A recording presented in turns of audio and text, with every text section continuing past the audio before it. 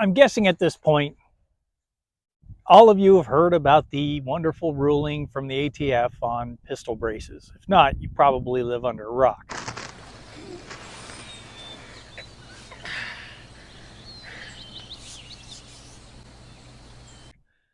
Now, aside from this being utterly, absolutely ridiculous, there are some other things to consider other than, having to register your now AR pistol as a SBR.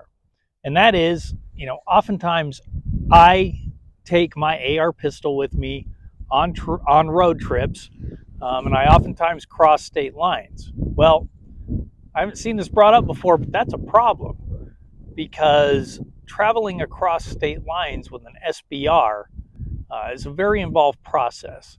So if, let's say, hey, I found out I've got to go to an emergency trip to go do some testing somewhere else, or I have to go on a business trip very quickly, guess what? I'm not going to be able to take my legal AR pistol. I call it legal because right now it's apparently legal for that 120 days or so. But this is utterly, absolutely ridiculous. Let's go over the form that you must file for your NFA item to cross state lines. So here is the form. It's the 5320.20 form that you must send to the ATF via hard copy to the local NFA office of your destination. So plan on, if you are taking a trip, filing all your paperwork with the ATF long before you carry your once legally owned AR pistol. So according to the ATF website, here's how it goes. A registered possessor of an NFA firearm other than an FFL/special occupational taxpayer may not lawfully transport in interstate or foreign commerce any destructive device, machine gun, short-barreled shotgun, or short-barrel rifle without prior written approval of the ATF, specifically the NFA branch.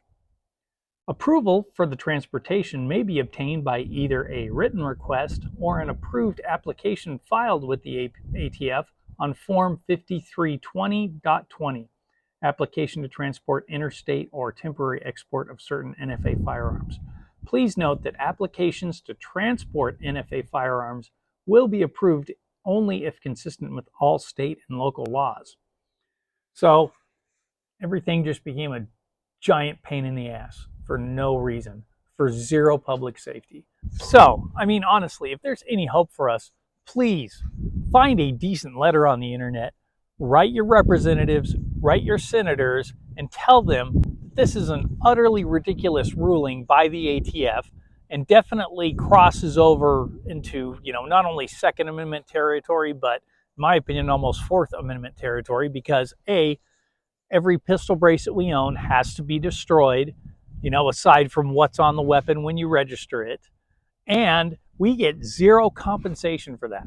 We are not compensated at all. If you're like me, where you've maybe tried out a couple of different pistol braces on, various pistols, well, guess what? All the extra ones that you have to be destroyed. So I urge you, go through the steps and write your congressman. I have heard that if you actually put it in writing or make a hard copy of it and mail it to your representative or your senator, it's supposed to have more impact. I don't know.